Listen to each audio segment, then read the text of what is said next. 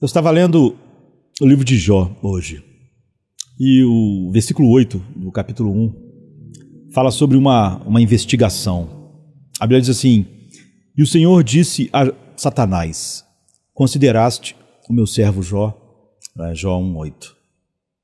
A gente vê que o relato de Jó traz à tona para nós uma verdade inescapável, que tudo que é terreno está sujeito a uma incerteza implacável.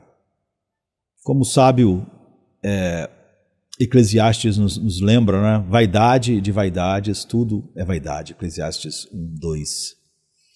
Então, colocar a confiança nas riquezas e no conforto desse mundo é como tentar segurar a água com as mãos. Tão ilusória, a gente pode dizer, é a estabilidade terrena que até os reis mais poderosos da história, podemos pensar em Alexandre, né, o Grande, eles viram sua glória se esvair como poeira ao vento. Alexandre conquistou um mundo conhecido, todo mundo que era conhecido. E ainda assim, ao morrer, ele morreu jovem, né, aos 32 anos, ele não conseguiu levar com ele sequer uma partícula de sua vasta fortuna e do seu reino. Então, o que nos faz pensar, né, quando a gente pensa nessa realidade implacável, né, o que realmente importa quando tudo ao redor é transitório. A prosperidade de Jó, ela não parecia ser tão volúvel, né? Ela parecia ser imbatível. Os seus servos eram muitos, eram leais. Ele possuía uma quantidade de gado e animais que faria inveja aos grandes latifundiários do mundo moderno. Se fosse em nossa época, Jó teria vastas fazendas que dominariam o mercado, talvez comparáveis às corporações agrícolas do centro-oeste do Brasil, né, ou da Califórnia, que controlam milhões de acres de terras férteis, né? Então você vê que a riqueza dele não era especulativa em ações que podem, de repente, de um dia para o outro, se esvair. Não, ele não dependia das flutuações dos mercados ou das incertezas do comércio. Sua riqueza estava, eu diria, amparada em bens tangíveis, como bois e jumentos e terras, que, ao contrário de ações ou criptomoedas, não perdiam o valor da noite para o dia.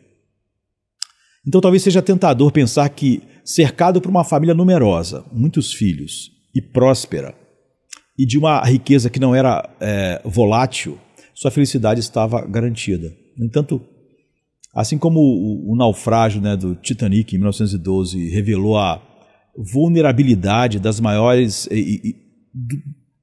empreendimentos humanos, a prosperidade de Jó também navegava em águas perigosas como o Atlântico Norte. Então o Titanic, proclamado como inafundável, afundou em sua viagem inaugural. E assim também Jó, cuja vida parecia estar na maré alta, estava prestes a ser tragado por uma série de tragédias incríveis, né?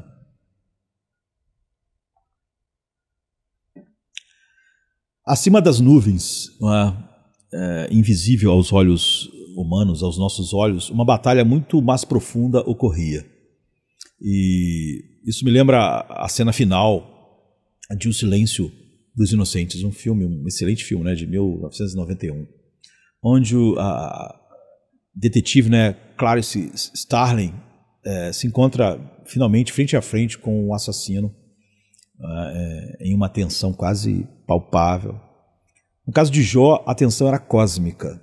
O espírito do mal e o espírito do eterno, né, Deus, estavam em uma arena, apesar de Deus não ter adversários, nós temos adversários, né, onde o preço não era uma simples vitória, mas a integridade de um homem justo, de um eleito de Deus.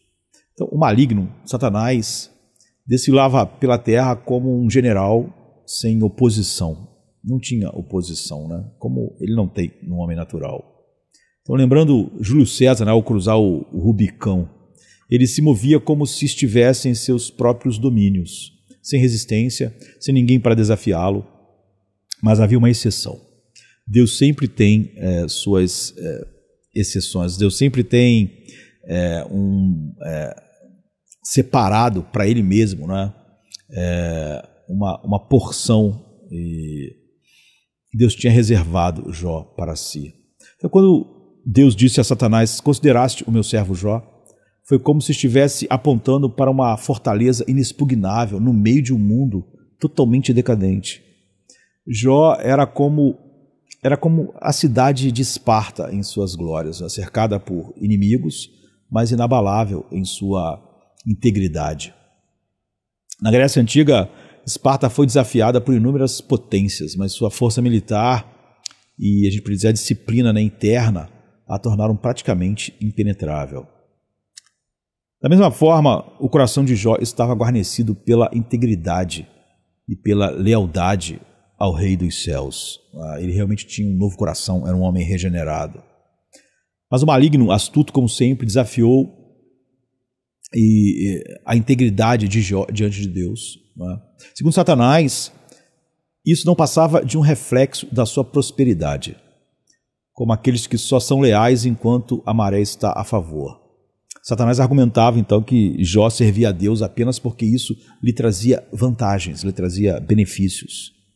E não é diferente de uma teoria econômica onde o comportamento humano é explicado pela maximização dos lucros. E Satanás via Jó como um investidor, entre aspas, um investidor da fé. É comum, né? Cujo retorno espiritual dependia da sua prosperidade material. Sua vida espiritual dependia disso. Era a insinuação de Satanás. E Deus, no entanto, aceitou o desafio. E assim que se segue é uma das maiores provas de fé já relatadas. Imagine perder tudo em um único dia. Seu patrimônio, seus filhos, sua saúde. É uma história que ecoa tragédias modernas, né? Pense em Marie Curie, né? A brilhante cientista que, apesar de descobrir elementos radioativos que salvariam incontáveis vidas, né, como salvam até hoje em tratamentos, acabou morrendo lentamente por exposição à radiação. Então, uma tragédia alimentada por seu próprio sucesso. Né? Foi porque ela trabalhou com radiação e que isso traz tantos benefícios, mas aquilo acabou matando ela. Né? O seu próprio sucesso a matou. Então, numa segunda entrevista entre Deus e Satanás, é igualmente intensa como a primeira, mas dessa vez Satanás se propõe a atingir a própria carne e os ossos de Jó. Deus permite, e logo Jó, que antes vivia como um príncipe, torna-se pior que um mendigo. Ele está coberto de feridas. Em sua miséria, usa um caco de cerâmica para aliviar sua dor e sua agonia. É uma imagem poderosa que lembra, por exemplo, a cena de Coração Valente, né? Um filme excelente que conta a história de William Wallace. É um filme de 1995. Um líder escocês interpretado por Mel Gibson, né? Acho que ele também é o diretor. Está preso e torturado, nas torturas mais terríveis, mas não abandona sua luta pela liberdade. Né? Ele acaba com esse grito de liberdade. Então, assim como Wallace, Jó enfrenta sua dor com uma dignidade incomparável, mesmo quando literalmente tudo ao seu redor está desmoronando. Né?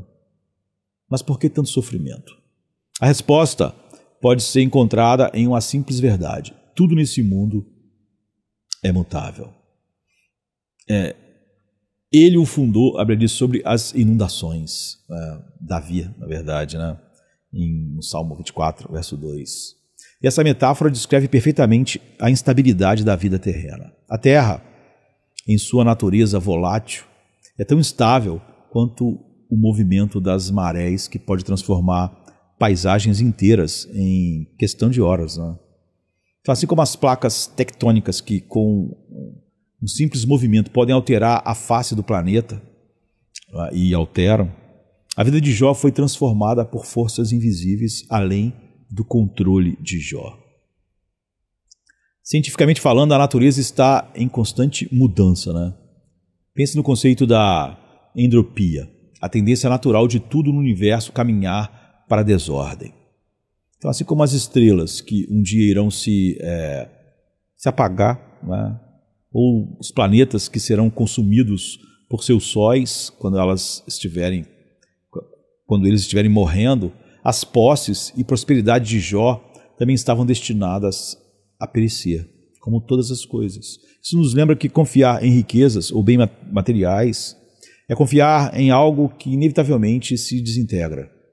Como dizia Richard Feynman, né? A natureza sempre está tentando nos dizer algo. E muitas vezes é que ela segue suas próprias leis, indiferente aos nossos anseios. Ele, como homem secular, colocava as coisas assim, né?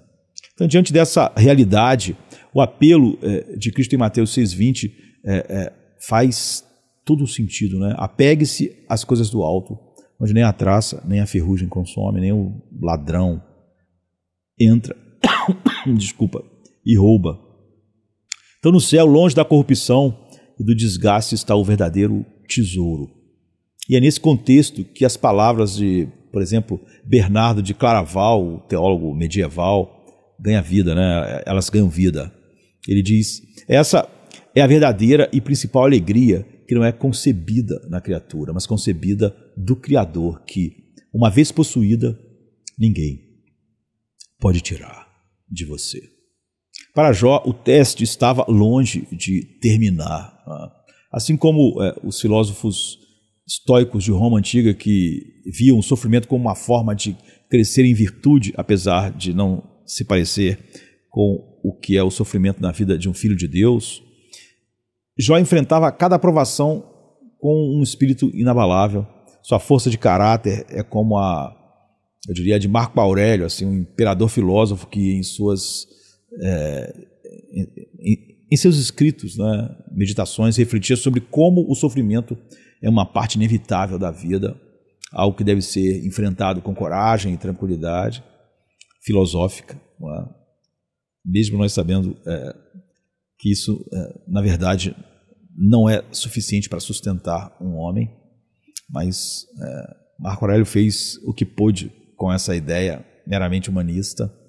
Jó, ao perder tudo, demonstrava que sua fé não estava enraizada em posses ou conforto, mas em uma confiança inabalável no Criador. O Senhor considerou Jó e Satanás também considerou Jó. Mas enquanto o maligno tentava destruir, o olhar de Deus estava fixo na redenção, no refinamento do seu servo. E assim como Jó, nós podemos nos consolar com o fato de que alguém muito maior que Satanás nos considera, olha para nós com um amor e uma intenção infinitamente mais elevados e vencedora, né? Então, em que sentido Satanás pode ser dito como considerando, olhando, prestando atenção, né, no povo de Deus? Certamente, quando falamos de Satanás considerando o povo de Deus, nós estamos nos referindo à forma benevolente de consideração que a gente vê nas Escrituras. A palavra considerar na Bíblia, em seu sentido mais usual, muitas vezes implica um exame cuidadoso que busca o bem, como por exemplo no Salmo 9, verso 13, o Senhor considera a minha aflição. Esse tipo de consideração está repleto de compaixão e atenção, algo que não se encontra na natureza de Satanás. Ele, se possui qualquer benevolência, guarda só para ele mesmo, né? Como um narcisista patológico, incapaz de enxergar além de seus próprios interesses. Esse tipo de egoísmo é exemplificado, por exemplo, na figura do Ebenezer Scrooge, né, em O Coral de Natal, de Charles Dickens, né? É um clássico. Scrooge, antes de sua redenção, não considerava nada, nem ninguém, nem os pobres. Ele é um meio de patinhas, né? E ao redor dele, pensando apenas no próprio lucro e conforto, a todo preço. E essa figura ficou famosa assim, na literatura, porque expressa bem esse tipo de... A gente podia chamar de patologia, né? Mas não descreve tão bem o que o coração do homem é. Então, assim, é Satanás. Mas de uma maneira ainda mais vil, né? Nada na literatura vai chegar a ele. Suas considerações não são meramente egoístas, mas ativamente malevolentes, né? Ele não olha para o povo de Deus buscando alguma forma de bem, seu olhar é sempre para encontrar falhas, encontrar fraquezas, como um predador em busca de sua presa. Satanás não é como nós que somos instruídos a considerar os lírios do campo, Mateus 6, 28, e aprender da criação sobre a bondade de Deus, a não vivermos ansiosos. Ele não vê a beleza ou a sabedoria nas obras de Deus. Ao contrário, sua perspectiva é como, eu diria, de Iago, por exemplo, o vilão de Otelo de Shakespeare, que, incapaz de sentir empatia ou bondade, apenas manipula e destrói, sempre buscando corromper o que há de bom nas pessoas ao seu redor e usar isso para o seu próprio proveito. Isso é um eco de Satanás no homem, isso é comum também, né? No homem. Então Iago, como Satanás, considera os outros apenas para encontrar maneiras de explorar suas fraquezas e torná-los infelizes. Quando Satanás olha para o cristão, ele o faz com uma mistura de desprezo e espanto. Desprezo e espanto. É como um traidor que, ciente de sua própria maldade, né? Podia usar outra palavra, né? Da sua própria perfídia, ele não consegue compreender a fidelidade do outro. Era impossível para Satanás compreender a fidelidade de Jó, a ideia de alguém simplesmente amar Deus, sem interesses. Na verdade, essa incredulidade é comum entre aqueles que vivem na escuridão, né? Homens se tornam cínicos. Né? Então, por exemplo, é como Jean Valjean, o protagonista de Os Miseráveis, de Victor Hugo, antes da redenção, né? Que depois de anos de desconfiança e desejo de vingança por ter sido tratado injustamente, realmente, né? Apesar de ter cometido um pequeno delito, o que ele experimentou foi totalmente desproporcional e depois tem uma perseguição brutal, mesmo depois que passou décadas preso sem merecer, em trabalhos forçados. Então ele tem uma desconfiança, ele não acha que ninguém pode ser diferente disso, né?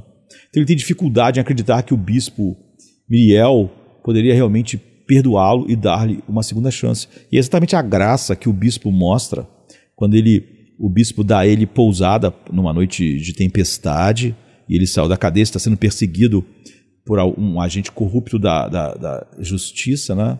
Da lei, querendo botar ele na cadeia de novo. E o bispo dá a ele um lugar para dormir e ele rouba as pratas, né, os faqueiros, a prataria do bispo no meio da noite e foge. E aí a polícia pega ele. Pega ele, pobre, mas com aquela prataria valiosíssima. E ele sabe que vai voltar e vai ficar mais 30 anos, quem sabe, vai morrer na cadeia, né? Com todo aquele sofrimento. Ele estava sendo caçado sem ter feito nada. Mas então a polícia leva ele para a casa do bispo e diz que pegou ele, aquele homem, com aquelas pratas todas que ele tinha roubado. E o bispo diz, não, ele não roubou. Eu dei para ele. Eu dei para ele começar uma nova vida. Ele não, vocês estão enganados, falou para os guardas. E disse que tinha dado a prataria para ele, para ajudá-lo, e que de forma alguma ele tinha roubado.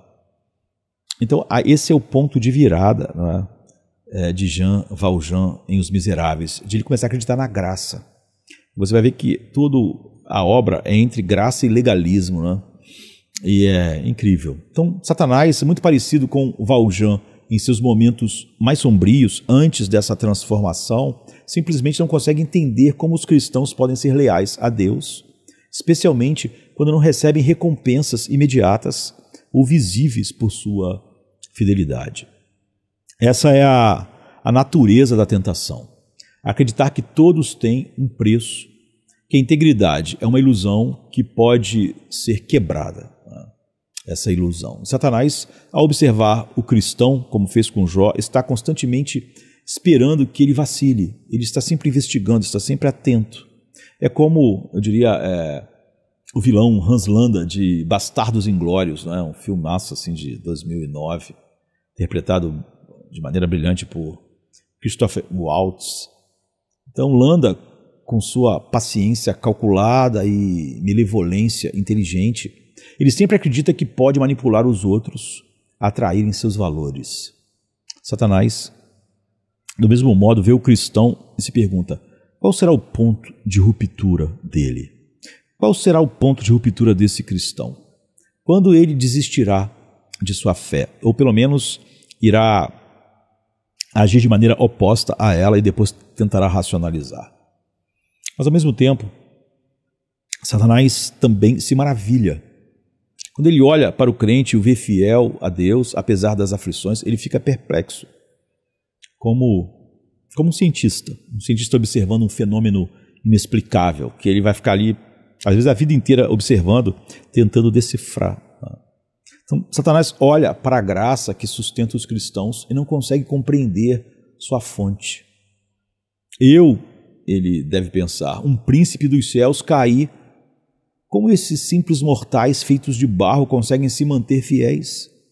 O que mantém eles fiéis? Ele não tem nenhuma ideia do que a graça é e como ela funciona, né? Que força é essa que os mantém? É como no mito de Ícaro. Quando Satanás, como Ícaro, caiu por causa do seu orgulho, né? Quando o pai dele disse que ele devia não voar com aquelas asas presas com cera, nem muito alto para que o sol não derretesse e ele caísse, nem muito baixo perto do mar, porque a umidade iria pesar e as asas não iam suportar. Ele desobedece o pai de todas as formas, né? Porque ele só quer usar aquela experiência como algo que o exalte. Então os cristãos aparentemente mais frágeis continuam a voar, sustentados não por suas próprias forças, mas pela graça de Deus. É interessante pensar em como Satanás, caído de sua posição de glória, vê a felicidade dos crentes, a alegria indizível e cheia de glória, que Pedro diz. Para ele que habita nas trevas da sua própria miséria infinita, né? Não infinita, né? Porque ela é infinita porque não tem fim, mas ele é uma criatura como nós. Então a alegria do povo de Deus é uma ofensa para ele. A coisa que mais o ofende é a alegria em Cristo. É uma alegria inefável e cheia de glória. Pense, por exemplo, na obra O Retrato de Dorian Gray, de Oscar Wilde, né? Onde Dorian, em sua busca por prazer e imortalidade, tem aquele pacto que faz com que a pintura vá envelhecendo e vai marcando na pintura, na pintura dele, na parede, vai ficando velho e vai marcando também de todos os pecados e imoralidades que ele vive. Não vai ficando nenhuma marca nele, vai ficando na pintura, né? E ele fica eternamente jovem e belo, mas gradualmente se torna cada vez mais infeliz e corroído por dentro, mesmo quando mantém uma aparência exterior de perfeição. No caso de Dorian Gray, né? O Retrato de Dorian Gray. Satanás é como Dorian. Sua beleza e poder iniciais foram destruídos pela corrupção. E agora, ao observar a paz e a alegria dos crentes, Jesus dizer: no mundo tereis aflições, mas em mim vocês têm paz, ele se atormenta com a lembrança do que perdeu. Então, essa miséria que Satanás carrega em si é semelhante ao mar agitado descrito por Isaías, por exemplo. Os ímpios são como um mar agitado que não pode se aquietar. Isaías 57, 20. Não há paz para os ímpios, né? Isaías diz. Não há paz, diz meu Deus. Então ele percorre o mundo, Satanás, né? Buscando quem possa devorar, 1 Pedro 5,8. Mas mesmo com seu grande poder e legiões de servos, ele não encontra a paz que habita na alma dos filhos de Deus, meros homens, né? meros cacos de barro. E a graça, então, é um enigma. Então, a mais humilde camponesa cristã deitada em uma cama de enfermidade, muitas vezes possui toda a paz que Satanás jamais experimenta nem um átomo dela, não é? Toda a paz que ele jamais conhecerá. Ele, um ser de grande poder, está eternamente inquieto como um mar agitado, enquanto aqueles que confiam no Senhor podem descansar em paz. Uma paz que ultrapassa todo entendimento, né? Como Paulo diz em Filipenses 4,7. Eles são como um monte de Sião, que não se abala, mas permanece para sempre. Então o que é mais intrigante, porém, é é o prazer que Satanás parece encontrar nas falhas dos crentes. Às vezes, os homens também encontram prazer nessas falhas. E, terrivelmente, às vezes até crentes encontram prazer na falha dos crentes. Isso se parece muito com Satanás. Ele os observa de perto, como um detetive insidioso, buscando por qualquer falha ou inconsistência. Eu diria que é como o personagem principal de O Iluminado, né? É um filme, na verdade é um livro, né, que se tornou o livro já era famoso e o filme é também de Stephen King. O filme é de 1980. O nome do protagonista perturbado é Jack Torrance, que, consumido pela loucura, ele busca constantemente algo que possa justificar sua própria deteriorização. Ele quer racionalizar e justificar isso. Então, da mesma forma, Satanás, ao encontrar imperfeições no povo de Deus, sente um amargo consolo. É como se dissesse: veja, eles também são falhos. Eles também cometem erros e erros e erros. Cada pecado do crente é uma pequena vitória para ele, como se ele pudesse encontrar uma sombra de sua própria natureza nos eleitos de Deus. Mas é aqui que vemos a verdadeira vitória da graça divina. Embora Satanás possa se alegrar com os pecados do crente, ele não pode quebrar o que Deus sustenta. O apóstolo Paulo escreve em Romanos 8, a partir de 38, pois estou convencido de que nem a morte, nem a vida, nem anjos, nem demônios, nem o presente, nem o futuro, nem quaisquer poderes poderão nos separar do amor de Deus que está em Cristo Jesus, nosso Senhor. Satanás pode observar, pode tentar, mas a graça que sustenta o povo eleito de Deus é maior do que qualquer poder que ele possua. Então a narrativa de Jó é um excelente exemplo disso. Jó, um servo fiel, foi considerado por Satanás, que tentou destruir sua fé, tirando tudo dele, né? Mas no final, a fé de Jó permaneceu inabalável. Como um vaso de barro, ele pode ter sido quebrado externamente, mas por dentro o seu espírito estava intacto, sustentado pela mão de Deus. E é assim que Satanás continua a considerar, como fez com Jó, e olhar o povo de Deus. Sempre buscando falhas, sempre tentando destruí-los, mas sempre frustrado pela graça que os sustenta. Satanás, então, não considerou Jó ou considera o povo de Deus no sentido de benevolência ou aprendizado, não é? Mas sim como um inimigo, invejando sua paz, sua fidelidade e a graça que os mantém de pé, que os restaurou e os mantém de pé. E assim ele continua seu ataque, mas com uma amargura que vai crescendo, ciente de que no final ele já perdeu.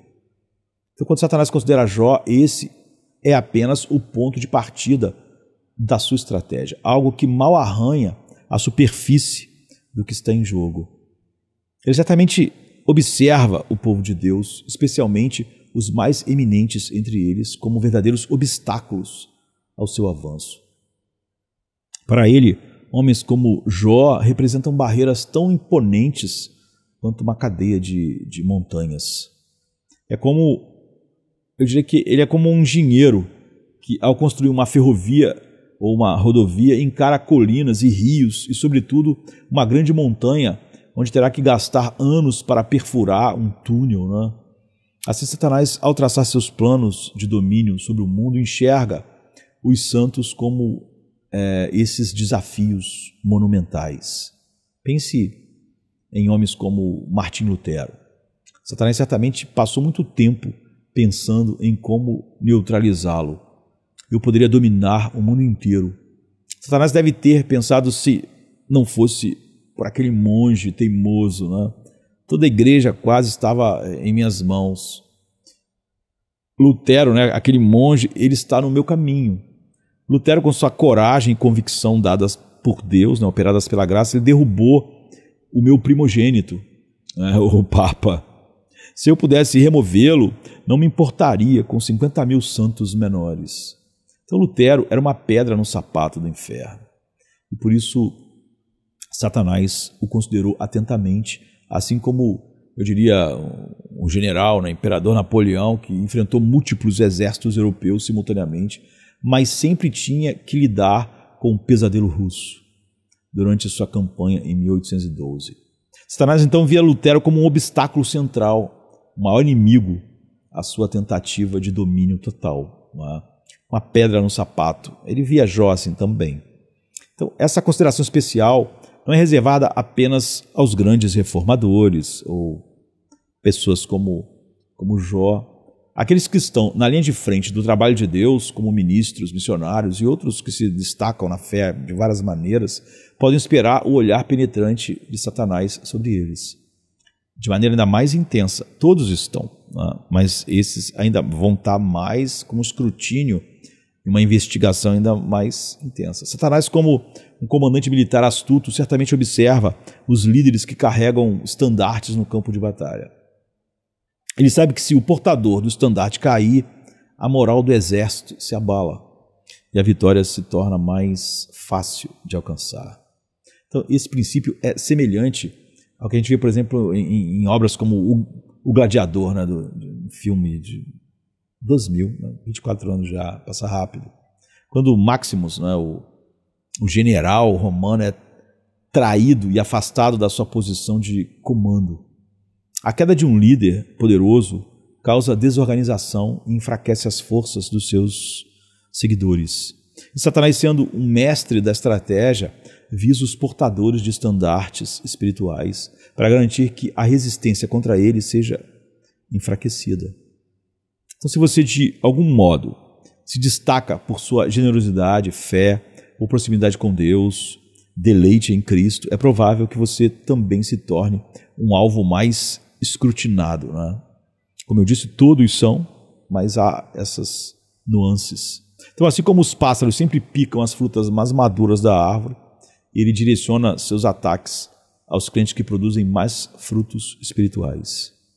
Então, pense assim no rico vale do rio Nilo, onde os antigos egípcios colhiam grãos e realizavam vastas colheitas, né? Esse vale fértil e vital, ele era o centro de muitas disputas históricas. As regiões desérticas ao redor nunca atraíram os invasores, mas o Vale Fértil sempre foi o coração de batalhas intensas. Da mesma forma, Satanás não se importa com terras estéreis, almas sem frutos, sem paixão por Deus, mesmo que se digam cristãs, porque além de serem estéreis, de alguma maneira já estão dominados, né? Ele busca aqueles que produzem colheitas espirituais abundantes mais ainda. Assim, Satanás quer remover as joias de Deus de sua coroa, né? Apagar as luzes brilhantes da fé que iluminam o mundo. Por isso, quando a gente vê um grande homem de Deus como Davi caindo, nós devemos em nossos corações lembrar do texto que diz: geme o cipestre, porque os cedros caíram. Se grandes árvores caem, como Davi, então o que será de nós que somos apenas cipestres, né? Então, é como tentar apagar as estrelas do céu, né? Imagine o universo sem o brilho das estrelas. Seria uma escuridão sufocante, né? Na astronomia, a gente sabe que a luz das estrelas nos permite ver, e seu brilho é fundamental para entendermos o cosmos. Se não houvesse luz nelas, a gente não ia ver nada a não ser escuridão, e também não ia entender nada sobre o universo. Então, Satanás, se pudesse, destruiria as estrelas espirituais brilhantes, mais brilhantes, deixando a Terra em completa escuridão. Ele odeia ver qualquer luz de fé brilhando. Em Jó, em Lutero, em Paulo, em mim, em você. Porque essas luzes são como faróis que desafiam sua escuridão, como as estrelas desafiam a escuridão do universo. Então, o grande objetivo de Satanás, ao considerar o povo de Deus, é sem dúvida prejudicá-los, como fez com Jó. Ele é um adversário sofisticado, consciente de que não pode destruir os verdadeiros eleitos de Deus, comprados pelo sangue de Cristo. Ele já foi frustrado inúmeras vezes. Sua situação é semelhante à de Amã, né, o vilão do livro de Esther, que planejou destruir os judeus, mas foi advertido por seus conselheiros: se Mordecai for da descendência dos judeus, diante de quem começaste a cair, não prevalecerás contra ele, mas certamente cairás diante dele. Ester 6, acho que 13.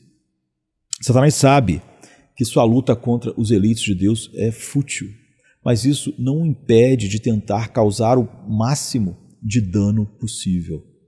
Satanás não pode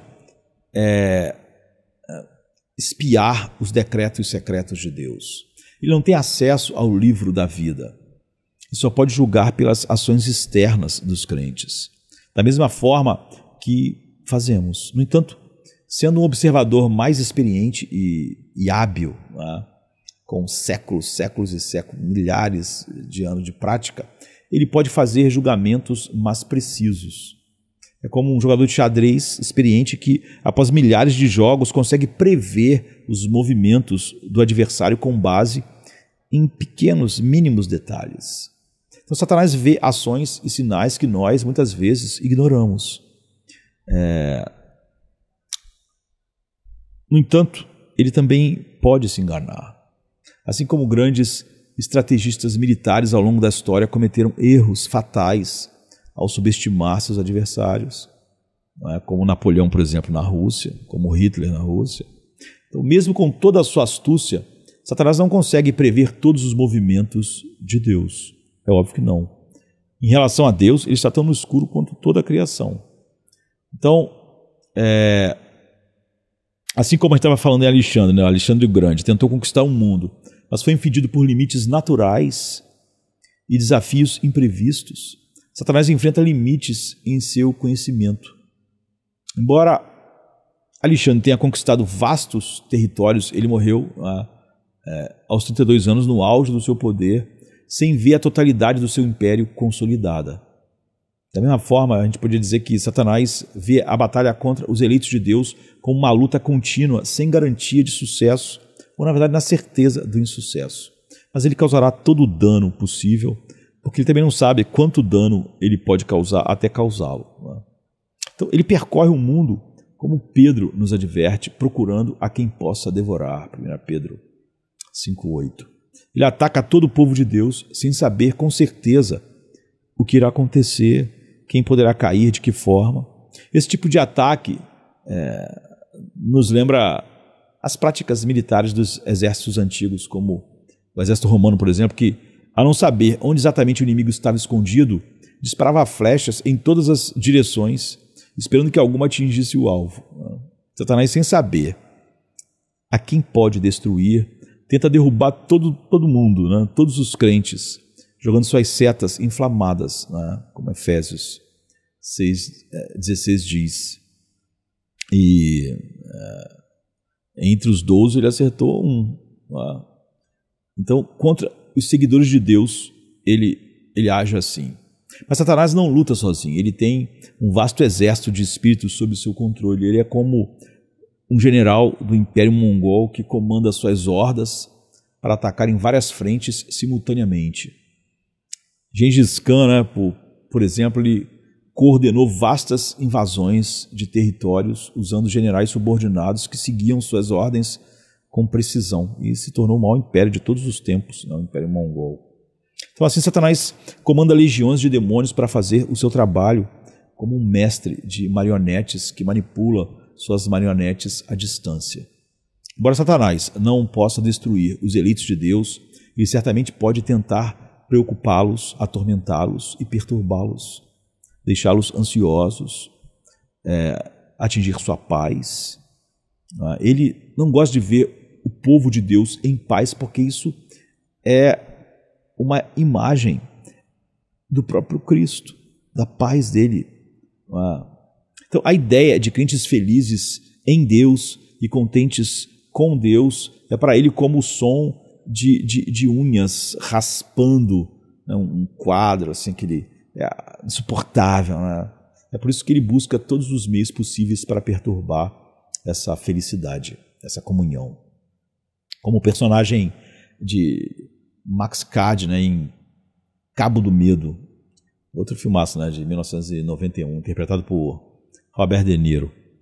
Satanás é implacável em sua busca por vingança, atacando os crentes repetidamente, sem descanso, tentando arrancar dele qualquer traço de paz. O diabo certamente encontra um deleite especial em alguns ministros, né, pastores, que em vez de pregar a graça toda poderosa, né, e então pregar uma esperança verdadeira e fé que é dom de Deus, acabam por cultivar dúvidas, medos e tristezas em seus ouvintes. É como se essas pregações fossem uma extensão direta do próprio trabalho de Satanás, né? Satanás deve pensar: continue pregando, você está fazendo exatamente o que eu quero, porque adoro ver o povo de Deus sem certeza, né? Triste, sem esperanças. Então há algo de sombrio, até mesmo perverso, em ver almas que deveriam estar em paz, andando como se estivessem no filme de Ingmar Bergman, né? Como O Sétimo Selo, por exemplo, um filme assustador de 57, onde a morte ronda a cada esquina e a vida parece mais uma preparação para o inevitável fim, mas nada. Então a imagem de cristãos pendurando suas harpas no salgueiro, dizendo não podemos cantar, mencionada no Salmo, né? Salmo 137, ecoa o sentimento de um povo que se resigna à melancolia. Isso, sem dúvida, é exatamente o que Satanás deseja. Que os filhos de Deus andem pela vida como com rostos tão miseráveis quanto as almas retratadas no inferno de Dante, em A Divina Comédia, e muitos crentes, com seu abraço ao humanismo secular, justificam que um crente seja assim. Estão ajudando a obra do inimigo. Então esses ministros da desesperança, como a gente poderia chamar, né, talvez pensem que estão sendo humildes e realistas, mas na verdade estão colaborando com a incredulidade. É como se estivessem transmitindo a mensagem errada, igual a dos pessimistas, né, em Dr. Strangelove, um filme que mostra que eles se resignam a um apocalipse nuclear inevitável. É um filme velho, né? Um filme de 64, se eu não me engano. Não é da minha época, é antes de mim ainda. Mas eu gosto de ver coisa antiga. Então, em vez de alimentar a fé, alimenta o medo. Ao falar sobre a suposta liberdade humana, também colocam tudo sobre o homem e não sobre o poder da graça de salvar, de Deus começar e terminar a boa obra. Então, Deus, o Criador do cosmos, que fez as estrelas dançarem em suas órbitas e deu aos homens a capacidade de descobrir os mistérios do universo, não se agrada da desconfiança. A prova maior disso é o presente supremo de seu Filho, Jesus Cristo, né? O próprio amor personificado. Então, diante dessa prova de amor, todas as suspeitas e desconfianças devem ser expulsas, como sombras ao nascer do sol. Escapam, né? Fogem, vão embora. E nós devemos nos regozijar com uma confiança inabalável, uma fé que excede a todo entendimento, uma paz que excede a todo entendimento, e uma libertação da ansiedade, né? Essa é vencer a batalha espiritual. Deus se deleita em ser adorado com alegria, como claramente a gente vê nos Salmos, né? Ó, vinde e cantemos ao Senhor, façamos um alegre som para a rocha da nossa salvação. Salmo 95:1. Se Deus é uma rocha inexpugnável, eu estou lá, então eu o sirvo com alegria. Ou ainda, regozijem-se no Senhor sempre. Outra vez vos digo, regozijem-se. Ou alegrai-vos sempre no Senhor. Outra vez digo, alegrai-vos, né? Filipenses 4:4. Esse sentimento de alegria não é apenas um mandamento, é um estado natural de quem verdadeiramente compreende a magnitude, né? A magnitude da graça de Deus. Então o louvor alegre, como Martinho Lutero, eu diria que sabiamente escreveu, né, observou, irrita profundamente o diabo. Quando há um louvor e ele realmente é alegre, é um deleite em Deus que traz uma alegria indizível e cheia de glória. Lutero, ele costumava dizer assim: vamos cantar salmos e irritar o diabo. E não há dúvida de que Lutero estava certo. A harmonia e a alegria do louvor, como uma sinfonia bem executada, ecoam nas alturas e certamente afugentam as trevas, não é? Pense em uma peça como a Ode à Alegria de Beethoven, né? Uma peça de música incrível. Então, a exultação do coro nessa obra é uma celebração da unidade da esperança humana, algo que Satanás jamais entenderia ou suportaria, né? Então, o arqui-inimigo tem um objetivo claro: tornar-nos infelizes, miseráveis, ansiosos, aqui. E se ele não puder nos ter no futuro, então ele vai querer ter todas essas coisas, pelo menos agora, na vida aqui. Ao fazer isso, ele tenta atingir a honra de Deus, como um general estratégico que ataca não o soldado diretamente, mas a bandeira que ele carrega. Satanás mira no louvor que deveríamos estar dando a Deus, na alegria que deveríamos estar desfrutando em Deus, na paz que deveria exceder todo entendimento e o mundo todo devia assistir. Ele sabe que cristãos tristes, sobrecarregados de desconfiança, muitas vezes desonram a fidelidade de Deus. É como se Deus fosse mentiroso. É como se, ao deixar de confiar, estivéssemos roubando de Deus o louvor que lhe é devido. Salmo 50, 23 diz de maneira clara, né? Aquele que oferece louvor me glorifica. Portanto, ao cortar as raízes do nosso louvor, Satanás visa a glória de Deus e não nós propriamente. Como um lenhador que golpeia a base de uma árvore gigante esperando que ela caia. Se Satanás não pode destruir um cristão, ele pode certamente tornar sua vida inútil para o reino de Deus dessa forma. Quantos já caíram dessa maneira? Não para quebrar o pescoço e morrer, isso é impossível para um eleito de Deus, mas para quebrar um osso vital e fazer aquela pessoa mancar para o resto da sua jornada, sempre com passos difíceis. Por exemplo, se você lembrar da queda de Gondolin, de Tolkien, né, onde uma grande cidade élfica cai, não por um ataque direto, mas pela traição de seus próprios. Muitas vezes a queda do cristão ocorre não em batalhas épicas, mas em momentos de fraqueza, quando a tentação invade sorrateiramente. A história da igreja está repleta de exemplos de homens e mulheres que outrora estavam nas fileiras da frente, correndo bem, mas que sob o estresse da tentação caíram. É fácil retroceder na caminhada espiritual, como se estivéssemos subindo uma escada íngreme. Um passo em falso e a descida pode ser rápida, né, e desastrosa. Então pense num alpinista escalando o Monte Everest. Um pequeno deslize pode levar a uma queda monumental, né?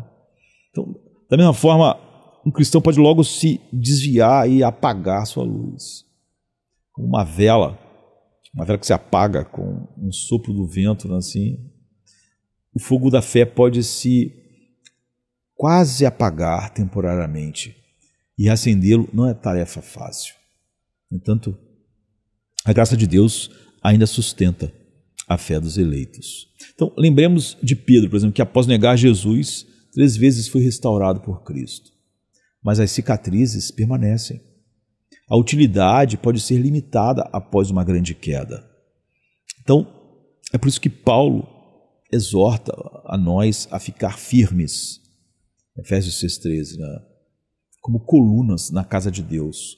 Cada um de nós tem um papel importante. Eu estava mencionando Os Miseráveis, né? Jean Valjean, ele é uma figura de força moral, depois que a graça opera nele, que sustenta não apenas a si mesmo, mas aqueles ao seu redor, como Cosette, por exemplo, né? Assim como ele, né, os cristãos são chamados a serem pilares de apoio uns para os outros. Se um cair, toda a estrutura pode vacilar. A igreja é um corpo e nenhum membro é insignificante. Ao longo da história bíblica, a gente vê exemplos de quedas que trouxeram tristeza para o povo de Deus. Davi, ao cair em pecado com Betsabá, trouxe desonra para si e para o nome de Deus. Suas ações permitiram que os inimigos de Israel zombassem do povo de Deus. Uma situação semelhante, por exemplo, a Lamentações que aparece em 2 Samuel 1, acho que 20, que diz: não o cantem em Gate, não o publiquem nas ruas de Ascalon, para que as filhas dos filisteus não se alegrem e os incircuncisos não triunfem com a queda, né, do povo de Deus.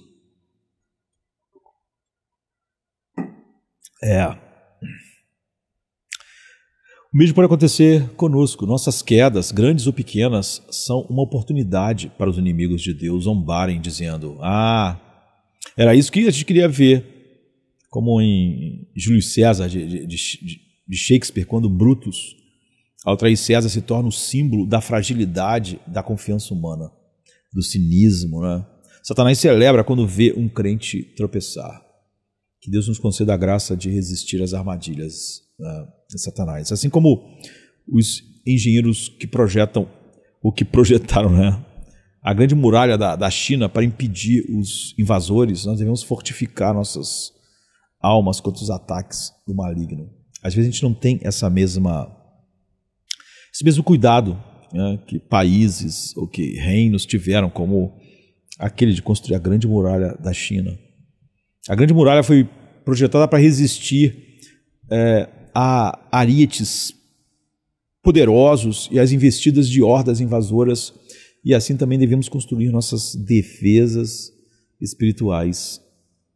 O problema é que na igreja hoje, muitas pessoas, por causa do humanismo secular, da psicologia secular, são tudo vítimas, se colocam todos não como ficar firme para resistir no dia mal, mas o oposto, né? Como se fossem doentes.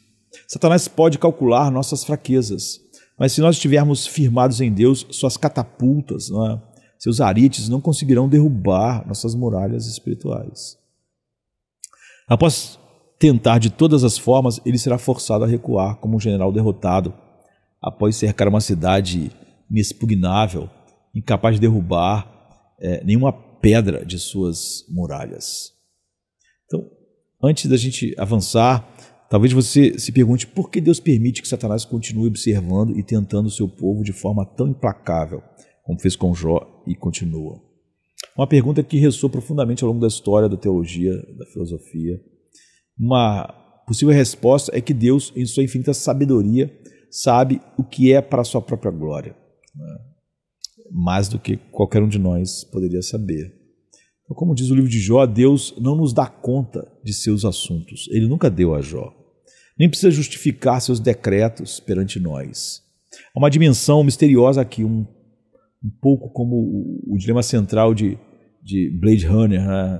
Outro filme incrível de 82, 1982, né? Já há bastante tempo também, onde os replicantes, embora criados pelo homem, questionam sua existência e seu propósito, enquanto o Criador, Tyrell, permanece distante, incompreensível em sua lógica.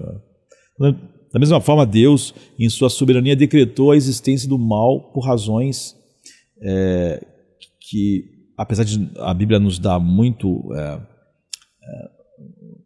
muita substância para entendermos. Até eu fiz uma série, ainda não terminei, né, chamada Teodiceia, né? Nós não temos, todas as coisas não são completamente acessíveis a nós.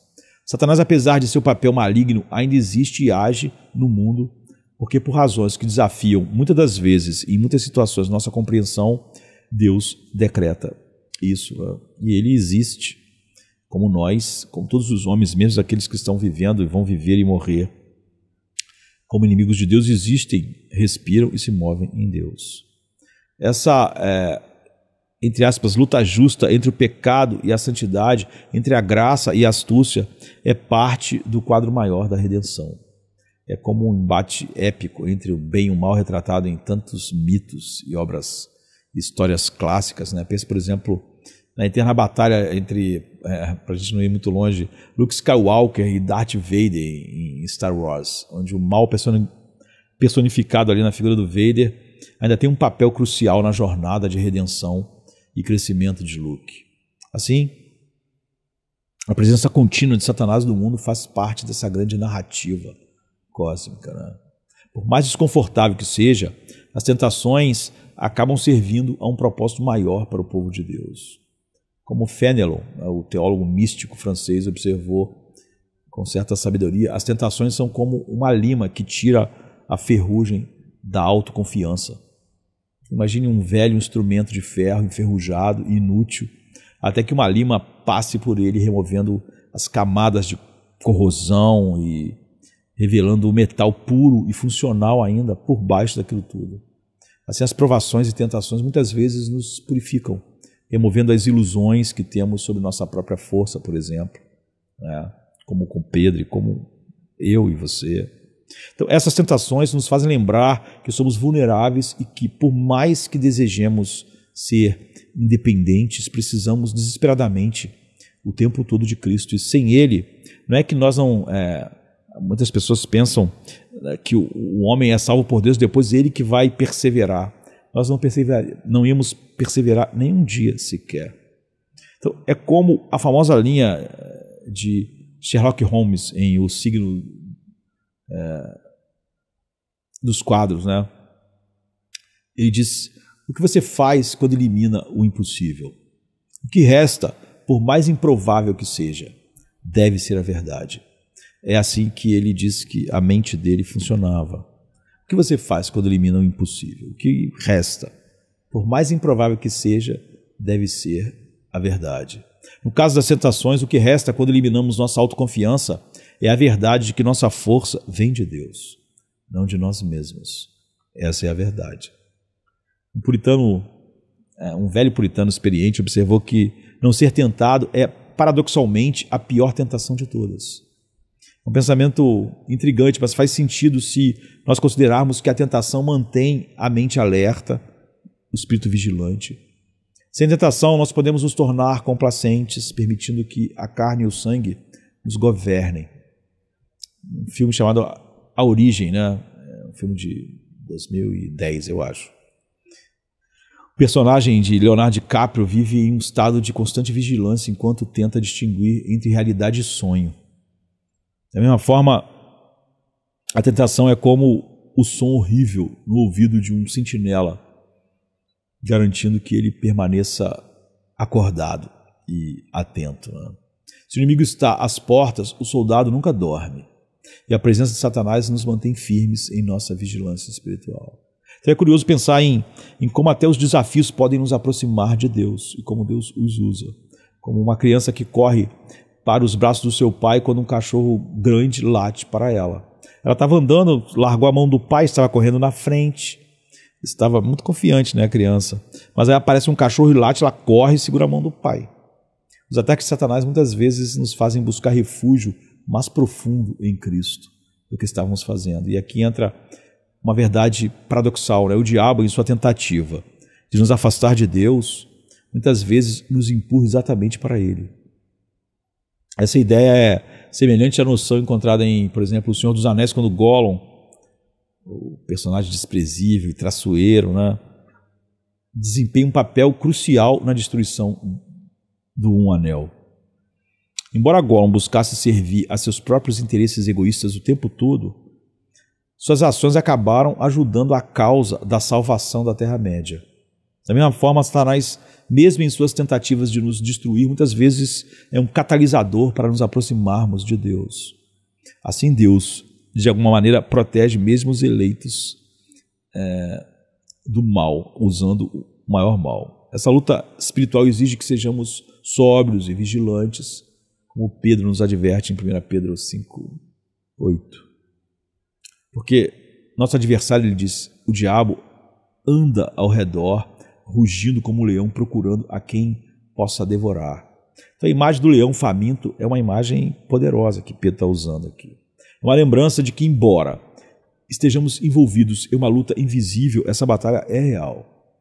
Na natureza, os leões atacam os mais fracos e os desprevenidos, assim como Satanás tenta atacar aqueles que estão espiritualmente adormecidos ou frágeis. Por isso que é ruim trazer qualquer coisa do humanismo secular que traz uma base para as pessoas justificarem serem para sempre aquelas pessoas. Nunca é um soldado no campo de batalha. Ele só consegue. A Bíblia usa várias metáforas. Nós somos bebês inicialmente, mas depois somos adultos. Nós somos ovelhas em certos sentidos, mas devemos ser astutos como a serpente, manso como as pombas. Mas tem gente que fica para sempre só na metáfora de ser uma ovelhinha. Uma ovelhinha que toda hora alguém tem que ir lá buscar ela, porque ela toda hora está perdida em algum lugar. Ela nunca é um soldado que pode cingir de toda a armadura de Deus e ficar firme no dia mau. Então é o que a gente vê, por exemplo, em O Rei Leão, né, de 94, não o que foi feito há pouco tempo, né? Onde Scar, o vilão, ele espreita a margem esperando o momento certo para atacar e tomar o poder. Na hora que ele achou que tudo estava frágil, e estava mesmo aparentemente, né? E como um leão verdadeiro, Satanás espera por qualquer fraqueza. Então, aqueles que estão em posição de ataque no reino de Deus, como pastores e líderes espirituais, estão especialmente expostos à consideração de Satanás, como a gente disse. É por isso que Paulo frequentemente pedia: irmãos, orem por nós. 1 Tessalonicenses 5:25. Então, assim como um general em uma guerra está mais visado pelos atiradores inimigos, porque se você mata ele, você deixa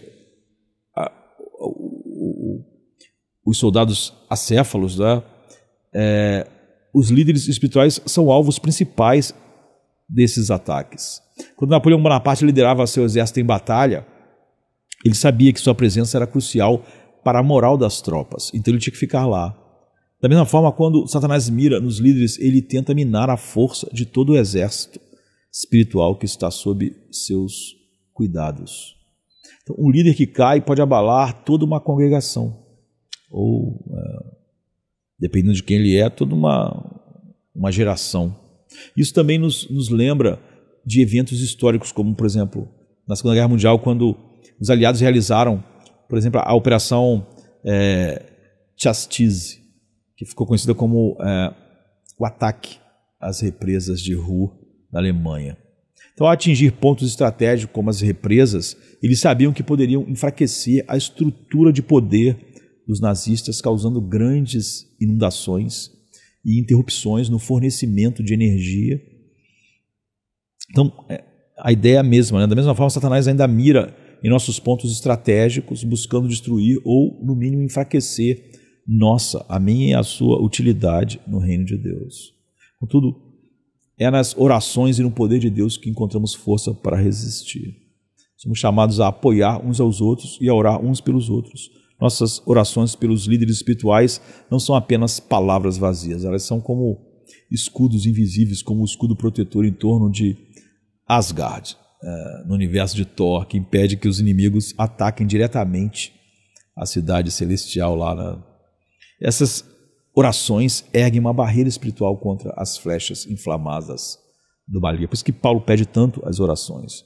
E nos mantém firmes até o fim. Portanto, que sejamos constantes em oração, vigilantes e sóbrios, sabendo que as tentações e os ataques que enfrentamos, por mais duros que sejam, têm um propósito em nosso crescimento espiritual e que, acima de tudo, Deus nos sustente com seu poder inabalável, nos protegendo até o dia em que toda a tentação e luta vão cessar e nós vamos estar finalmente livres da presença do mal.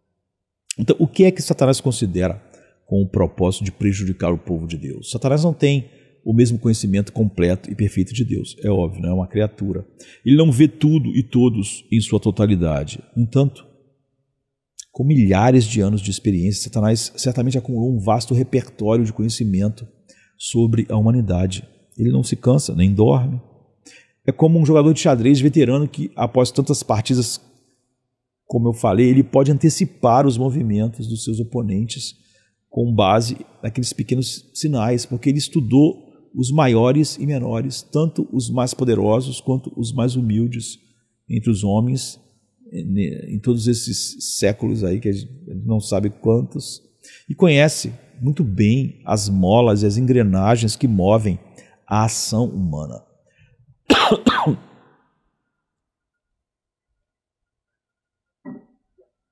Ele aprendeu ao longo do tempo a manipular essas fraquezas com precisão cirúrgica. Satanás age como um astuto comerciante de cavalos. Imagine um cavalo correndo livremente pelos campos. Para um observador comum, ele pode parecer a encarnação da força e da perfeição. No entanto, um comerciante de cavalos experiente, ao observá-lo com olhos treinados, ele logo vai perceber defeitos que escapariam a uma pessoa leiga como eu, por exemplo. Ele saberá, com um simples toque ou observação cuidadosa, onde o cavalo falha, seja em sua força, em sua postura ou em sua resistência. Da mesma forma, Satanás nos examina minuciosamente. Ele não se contenta em observar a superfície, ele nos estuda de cima a baixo, né? Ele nos investiga, é um detetive procurando nossas fraquezas ocultas, assim como Sherlock Holmes analisa uma cena de crime em busca dos menores detalhes que todo mundo ignoraria. Então, para cada pessoa, Satanás descobre algo. Talvez para um homem ele diga, sua fraqueza é a luxúria. Para outro ele pode dizer, ele é orgulhoso. É como o personagem, né, que eu já mencionei, de Iago de Otelo, né, de Shakespeare, que manipula essas fraquezas de Otelo e dos outros personagens para semear a tragédia, né? E é eficaz. Satanás é exatamente como Iago, sempre atento, sempre buscando a falha na armadura de sua vítima para explorar e manipular em seu próprio benefício. Ele é astuto, rápido para perceber onde pode atacar. Uma vez que ele encontre essa fraqueza, ele não perde tempo. Como um engenheiro, né, de cerco medieval que posicionava seu ariete diretamente no ponto mais vulnerável da muralha do castelo. Satanás se empenha em quebrar nossas defesas assim. Você pode esconder suas fraquezas de seus amigos mais próximos, até de quem mora com você, mas de Satanás elas não ficam ocultas. Ele tem, eu diria, olhos de lince, como é dito, né? Uma expressão que lembra a mitologia grega, em que Linceu, um dos argonautas, tinha uma visão tão aguda que podia enxergar o que estava escondido ou à distância. Dessa mesma forma, Satanás detecta até a menor brecha em nossa armadura espiritual. Então imagine que você esconde cuidadosamente a pólvora do seu coração, acreditando que está protegida contra qualquer explosão. Satanás, no entanto, encontra a menor abertura para introduzir seu fósforo na pólvora e causar destruição. Então ele é como, eu diria, o personagem de Anton Chigurh, em Onde os Fracos Não Têm Vez. É um filme de 2007. Sempre frio, calculado, impecável, pronto para aproveitar qualquer oportunidade para causar estragos na vida de seus oponentes. Ele também considera nossos estados de espírito como atenção especial. E é aqui que sua estratégia se assemelha a um mestre da psicologia, assim. Se ele nos atacasse quando nossa mente estivesse em um estado de clareza e paz, seríamos mais do que um páreo para ele. É como tentar enfrentar um oponente descansado e preparado em um duelo. O resultado é previsível. Mas Satanás, sendo um estrategista habilidoso, evita confrontos quando sabe que o crente está espiritualmente fortalecido. Ele espera pacientemente, né? Ele espera como um caçador astuto até que estejamos em um momento de fraqueza. Então, há pessoas que são mais suscetíveis ao ataque quando estão angustiadas ou desanimadas. É nesses momentos que Satanás lança as suas setas, assim como um predador que espera que a presa esteja isolada e enfraquecida. Mas há também aqueles que, quando estão jubilosos, cheios de alegria, são mais vulneráveis. Essa é uma realidade, eu diria, curiosa, né? Até nos momentos de celebração, a tentação pode espreitar. Imagina um navio navegando em águas calmas. Justo quando a tripulação relaxa, acreditando que tudo está sob controle, é quando o ataque do inimigo pode ocorrer. É como na obra Moby Dick, né, de Herman Melville, onde o capitão Ahab, obcecado por sua vitória sobre a baleia, acaba ignorando as ameaças iminentes, levando seu navio à destruição.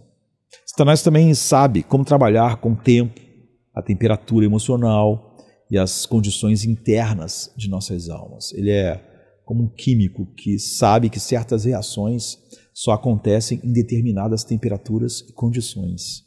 Assim como um líquido atinge seu ponto de ebulição em um momento específico, Satanás sabe exatamente em que estado de espírito estamos mais propensos a cair em tentação. É uma ciência para ele, e ele a tem aperfeiçoado por milênios e milênios. Algumas pessoas com pequenas panelas assim de fogo, né, fervem muito rápido, ao menor aquecimento. Homens de temperamento rápido logo se enfurecem, como personagens de comédias clássicas, tipo Charlie Chaplin, né, cujas reações rápidas, exageradas, muitas vezes nos fazem rir, mas também revelam a fragilidade humana. Por outro lado, outros são como grandes caldeirões que demoram muito mais para ferver, mas quando fazem, a fervura é intensa e duradoura. Então, pense nos personagens de O Poderoso Chefão, por exemplo, 1972, né? Onde a vingança e o rancor, nessa trilogia, né, O Poderoso Chefão, a vingança e o rancor são cultivados lentamente, mas quando eles eclodem, causam estragos terríveis, né? Satanás é também um pescador habilidoso. Ele sabe que para cada tipo de peixe há uma isca adequada. Então, assim como o pescador ajusta a sua isca, a técnica de pesca, a isca e a técnica que ele vai usar de acordo com a estação, né, Satanás adapta as suas tentações para o momento certo. Ele observa atentamente como um pescador faz, né, à margem de um rio, esperando o momento em que o peixe morderá a isca. No campo da psicologia moderna, isso poderia ser comparado ao conceito de reforço intermitente, uma técnica que é usada para criar dependência emocional ou comportamental. Satanás, assim como um manipulador habilidoso, sabe quando lançar a tentação e quando recuar, criando um ciclo de vulnerabilidade emocional. Ele é mestre nisso. Então o diabo, como a gente já viu, possui uma compreensão vasta da humanidade. Ele conhece nossas fraquezas, analisa nossos estados de espírito e adapta suas estratégias de acordo com o momento certo. Mas por mais astuto que seja, ele não é invencível. A graça de Deus sempre nos capacita e nos dá força e a sabedoria necessárias para resistir. Então, assim como os caçadores da Arca Perdida, né, Indiana Jones, onde Indiana Jones enfrenta perigos mortais em sua busca, mas é salvo pelo poder de um mistério superior, né? Nesse filme, nós, como crentes, enfrentamos as armadilhas de Satanás, mas sempre podemos contar com a misericórdia divina para nos proteger. Então, ao observar Satanás preparando os seus ataques contra Jó, a gente vê com clareza como ele, o caçador de almas, né? O caçador de almas, é um bom título, é meticuloso em suas emboscadas. Ele frequentemente nos pega de surpresa, explorando momentos em que estamos desatentos ou em um estado de espírito vulnerável. O grande coletor de máximas notáveis, né, Thomas Spencer, ele tem uma citação que se encaixa perfeitamente para nós. Ele diz que o camaleão, quando se deita na grama para pegar moscas e gafanhotos, assume a cor da grama, assim como o polvo assume a cor da rocha sobre a qual ele se esconde para que os peixes possam se aproximar dele sem suspeita de perigo. Essa descrição de um camaleão, um mestre da camuflagem, revela a essência da estratégia de Satanás. Assim como o polvo se mistura ao ambiente para atrair suas presas, Satanás adota a forma menos temida por você, menos temida por nós, criando armadilhas de tentação que são ajustadas precisamente às nossas fraquezas.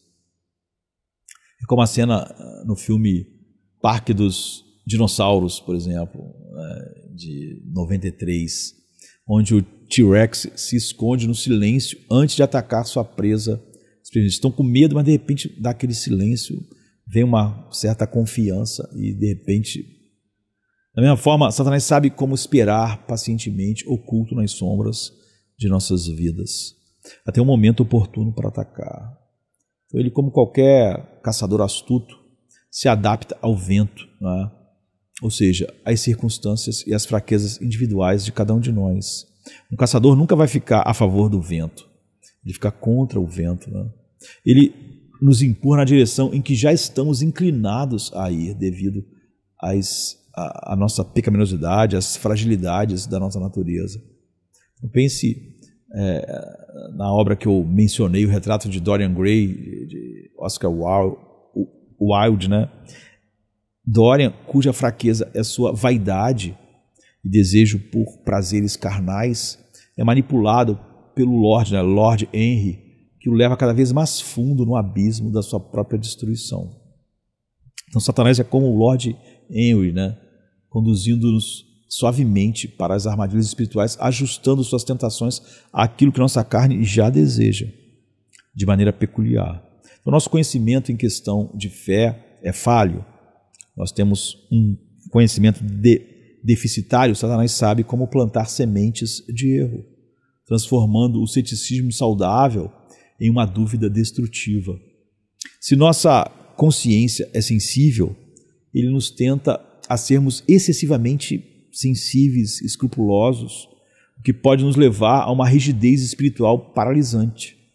Então a história está cheia de exemplos de líderes espirituais que, embora fervorosos em seu zelo, acabaram caindo no erro de que os levou ao legalismo. E às vezes ao legalismo extremo. Pense na reforma protestante, onde alguns radicais em seu zelo foram tão longe que se perderam em divisões e cismas e revoluções. De outro lado, aqueles cuja consciência é tão flexível que acabam cedendo à liberdade carnal, como a gente vê no clássico, por exemplo, o grande Gatsby, onde os personagens, de maneira geral, buscam a satisfação dos prazeres vivendo de forma desenfreada, sem considerar as consequências morais. Satanás também é hábil em jogar com nossos estados de espírito. Somos espirituosos, ele nos tenta a presunção. Isso lembra o Tony Stark, né, do universo Marvel, cuja confiança em sua própria genialidade e poder muitas vezes o leva a tomar decisões precipitadas sem considerar as consequências mais amplas. Por outro lado, se nós somos temerosos e desconfiados, Satanás sabe plantar as sementes da desesperança. Nos momentos de desespero, como o que Hamlet enfrenta em sua famosa reflexão Ser ou Não Ser, né? Se vale a pena viver ou não, né? É o questionamento ali, o suicídio, né? Em Hamlet de Shakespeare, nós podemos facilmente nos perder na dúvida e na angústia, caindo em um poço de desespero existencial que Satanás é rápido em explorar. Essa capacidade de adaptação de Satanás é simplesmente assustadora. Assim como o ferreiro sabe que certos metais devem ser trabalhados a uma temperatura específica, Satanás sabe exatamente a temperatura, entre aspas, ideal para te manipular, ou para me manipular. Ele sabe a temperatura de todo mundo. É como os alquimistas da antiguidade, né, que acreditavam que podiam transformar chumbo em ouro ou atingir as condições perfeitas, né, através da sua arte. Né. Então, da mesma forma, Satanás aguarda pacientemente até que nossos corações estejam na temperatura certa para ceder à tentação. Seja no calor da raiva ou no frio da indiferença, da ansiedade, do medo, do desespero. Ele nos observa como um pescador habilidoso que sabe qual isco usar em cada estação e para cada tipo de peixe diferente. A gente falou sobre o Capitão Ahab, né, em Moby Dick, que busca obsessivamente a baleia branca. Satanás nos persegue, obcecado, sabendo que no momento certo pode nos fisgar. Né? No caso dos eleitos, ele vai ser igual Capitão Ahab mesmo, né, com a Moby Dick. Né? Então, além disso, ele considera cuidadosamente nossa posição entre os homens. Há aqueles que, quando estão sozinhos, são mais susceptíveis à tentação, levados pela tristeza ou pela solidão a atos terríveis. A solidão pode ser uma arma poderosa nas mãos de Satanás, assim como foi para, por exemplo, Jack Torrance, né, em O Iluminado. Você sabe que a família ficou tomando conta de um hotel durante o inverno, onde o hotel fecha por causa da neve, e eles vão ficar alguns meses sozinhos naquele hotel, ele e a família dele tomando conta. E a solidão acaba de fazer a obra em Jack Torrance, né, de Stephen King no Iluminado. Então, longe da sociedade, mergulhado em isolamento, Jack ele foi lentamente levado à loucura, caindo em uma espiral, né, destrutiva. Por outro lado, há aqueles que são mais propensos ao pecado em companhia. Como dizia o provérbio, más companhias corrompem bons costumes. 1 Coríntios 15, 33. Então, a influência social pode muitas vezes nos desviar, como vemos, por exemplo, a gente falou do Iluminado na solidão, mas a companhia pode nos desviar como o Clube da Luta, né? Um outro filme icônico, né, de 1999, assim, onde a companhia do narrador com Tyler Durden, né, acho que é isso, o arrasta para um mundo de violência e caos, longe de sua identidade e moral original. Muitas vezes o pecado surge da leveza e da frivolidade de nossos relacionamentos, como em um baile mascarado onde as pessoas escondem suas verdadeiras intenções por trás de máscaras e sorrisos. Nossas interações com os outros podem despertar nossos piores instintos. No entanto, também há aquelas pessoas ou aqueles cujas conversas sombrias levam à murmuração e ao pessimismo, inventando histórias malignas entre si, como, por exemplo, Os Espiões de 1984, de George Orwell, que vivem na paranoia e na denúncia constante. Satanás é como uma ave de rapina, assim, então, observando do alto, esperando o momento exato para descer e agarrar sua presa. Ele sabe onde nos encontrar vulneráveis e atacará quando estivermos mais expostos. Ele também leva em consideração nossa condição no mundo. Talvez olhe para um homem rico e pense: aqui posso tentá-lo com a armadilha da avareza ou do orgulho, da soberba. Então, em constante constante observação, né, ele pode, em contraste a isso, ao observar um homem pobre, ele pode escolher uma estratégia completamente diferente, talvez incentivando ao desespero ou à inveja. Como um caçador que ajusta suas armadilhas para diferentes tipos de presas, Satanás adapta suas tentações para cada circunstância e para cada condição que o homem esteja vivendo, eu, você. Por isso a gente nunca deve achar que a condição de outra pessoa é mais favorável que a nossa nessa batalha. Então é como no campo de batalha. O soldado enfrenta diferentes perigos dependendo de sua posição. Os generais têm suas vulnerabilidades, enquanto os soldados rasos têm outras. A tentação que acometeria um rei não seria a mesma que afligiria um camponês. Assim como a rainha Elizabeth lidava com intrigas políticas complexas que nunca atingiriam os camponeses na Inglaterra. Satanás sabe que a tentação de um líder espiritual não será a mesma que acometeria um trabalhador comum. Como diria o provérbio, cada homem carrega sua própria cruz, né? E o ócio é, sem dúvida, uma porta de entrada para Satanás. Pessoas sem vocação ou propósito são especialmente vulneráveis, como diria o antigo ditado, né? Mente vazia é a oficina do diabo.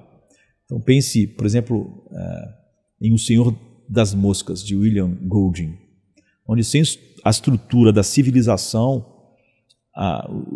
os adolescentes, ali, os jovens, rapidamente caem no caos e na violência. O ócio é terreno fértil para o pecado, porque quando não estamos ocupados com algo construtivo, Satanás rapidamente encontra maneiras de nos desviar para 1000 outros caminhos. Isaac Watts, né, em sua sabedoria, né, que se transforma em tantos hinos, ele tem um hino que visa ensinar a gente desde cedo. Satanás sempre encontra algumas travessuras para as mãos ociosas fazerem no hino para crianças. Não é à toa que livros, obras e recreações saudáveis são um antídoto contra o veneno da inatividade. Devemos manter nossas mentes ocupadas com coisas boas e construtivas, porque o ócio como um pedaço de ferro deixado ao relento acaba enferrujado e corroído pelo pecado. A ocupação em si pode não nos tornar santos, mas a falta dela certamente pode nos levar ao vício, né? Como o ferro que sem uso se desgasta, também nós, quando deixados à inércia, somos consumidos pelo pecado, né? Então, essa reescrita expande, né, essa visão do que acontece com a observação de Satanás em Jó e reescrita na história diversas vezes, vai expandindo a nossa visão de como essa luta é feita e como essas observações nunca cessam, né? Quando Satanás investiga nossas vidas, como fez com Jó, ele presta atenção em cada detalhe dos objetos do nosso afeto, por exemplo.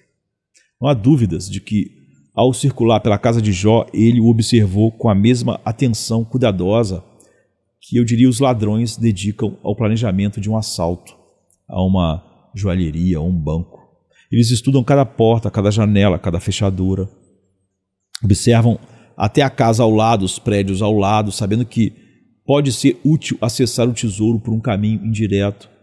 Como a gente vê, por exemplo, em 11 Homens e um Segredo, né? Um filmaço de 2001, onde a habilidade dos personagens em prever cada detalhe do cassino a ser roubado é a chave do sucesso, né? Todos aqueles detalhes. Então, da mesma forma, Satanás é um estrategista astuto, observando cuidadosamente cada faceta da nossa vida, à espreita de uma oportunidade para atacar. Então, quando o diabo rondou a vida de Jó, ele tomou nota de todos os detalhes. Em sua mente, ele elaborou um plano, anotando cada ponto fraco. Ele deve ter pensado assim: ali estão os camelos e os bois, os asnos e os servos.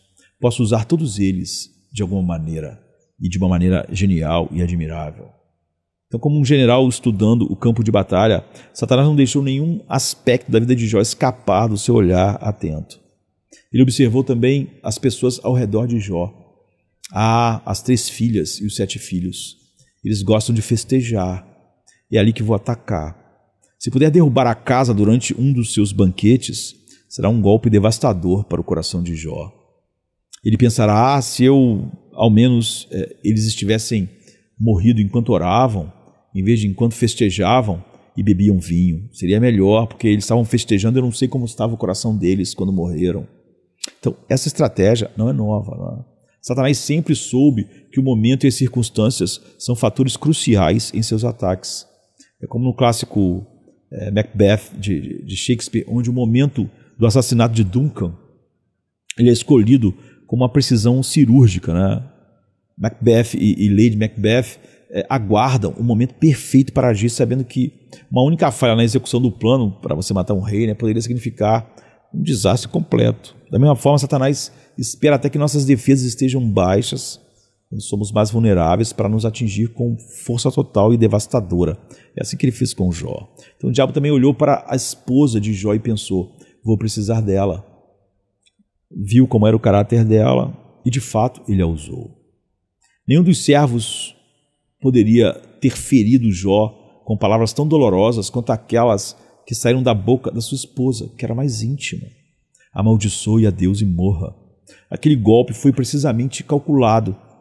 Assim como no filme, por exemplo, o filme Cisne Negro, acho que de 2010 mais ou menos, onde a pressão mental e emocional sobre a personagem de Natalie Portman é metodicamente acumulada até que ela finalmente sucumbe à loucura.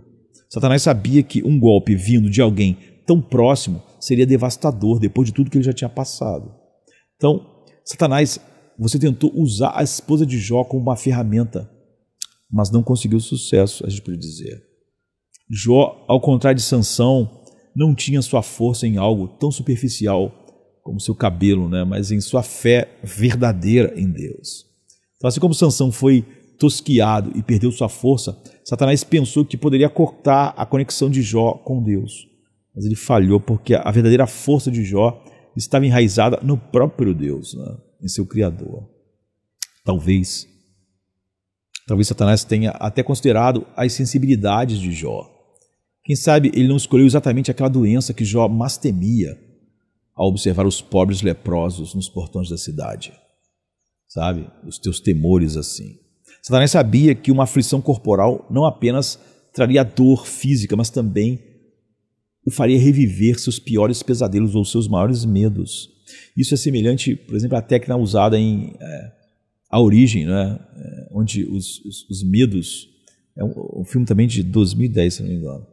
Onde os medos mais profundos de uma pessoa são usados contra ela em um sonho. Então, ao introduzir essas camadas de angústia, Satanás acredita que pode quebrar até o mais fiel dos servos de Deus.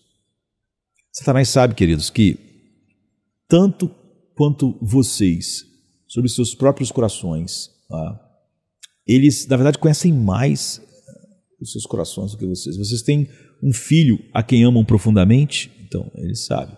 Satanás sabe disso. Ele pensa, aqui está o ponto fraco. Aqui que eu posso explorar. É como Aquiles, né, na mitologia grega, que foi imortalizado, exceto por seu calcanhar, que era o seu ponto vulnerável, que o levou à morte.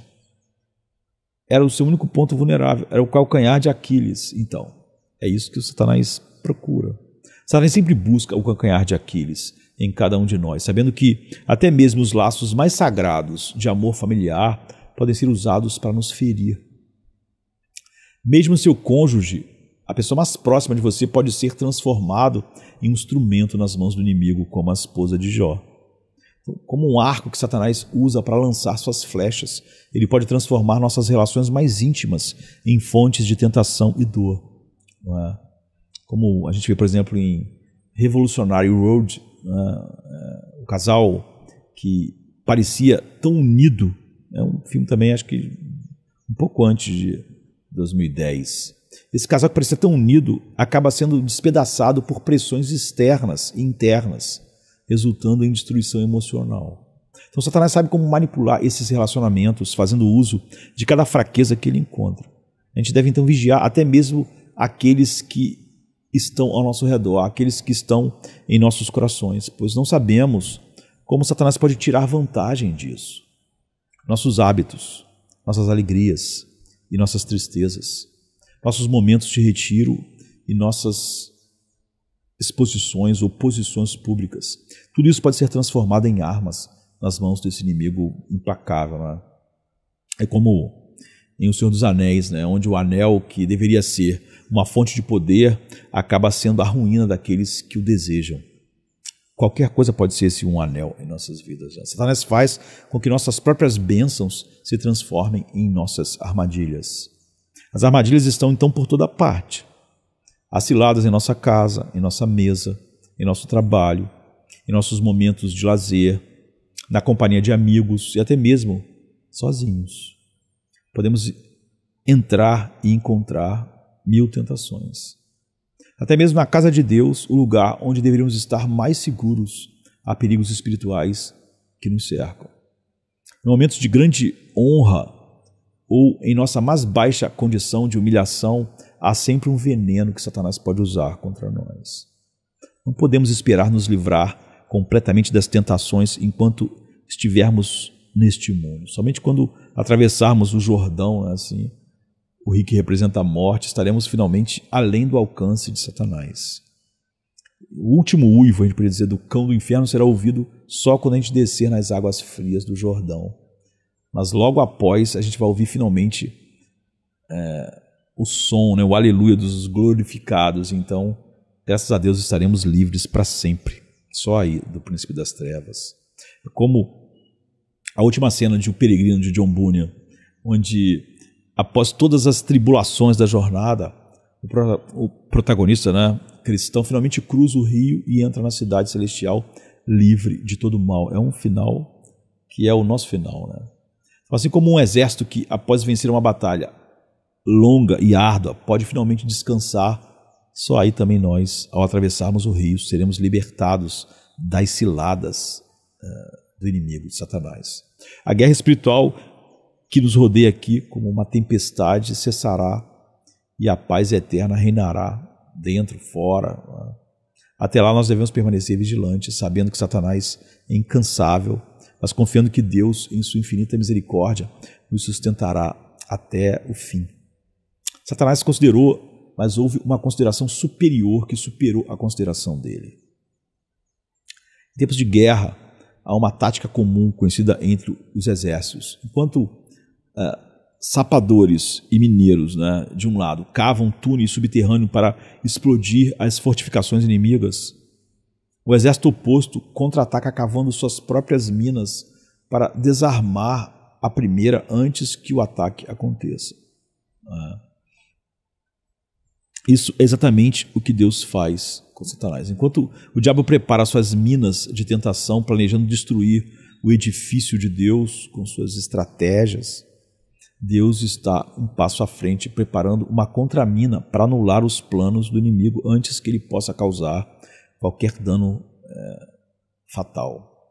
Esse conceito de minas e contraminas também aparece em muitos momentos históricos, por exemplo, durante a Primeira Guerra Mundial, né, que foi uma guerra assim, né, na Batalha de Messines, em 1917, os exércitos britânicos cavaram túneis profundos sobre as linhas alemãs, instalando explosivos poderosos para destruir posições fortificadas. No entanto, ao longo da guerra, ambas as partes cavavam e contracavavam, tentando neutralizar os ataques subterrâneos uns dos outros. Então, assim, e depois isso foi ficando impossível, né, de se movimentarem naquele ambiente. Então, Satanás trabalha em seus ataques sorrateiros contra os servos de Deus, mas o Senhor sempre tem uma estratégia infinitamente superior para frustrá-los antes de qualquer estrago irreversível que nunca acontecerá com um verdadeiro filho de Deus, com os eleitos de Deus. Satanás, apesar de sua grande astúcia, é descrito como o maior dos tolos, porque o princípio da sabedoria é o temor de Deus. Então, embora possua vasto conhecimento, falta-lhe verdadeira sabedoria. Ele pode ser mais astuto do que todas as criaturas do campo, como é descrito no Jardim do Éden, né, ao enganar Eva com sua serpente de palavras sedutoras em Gênesis 3:1. Mas isso não o torna sábio.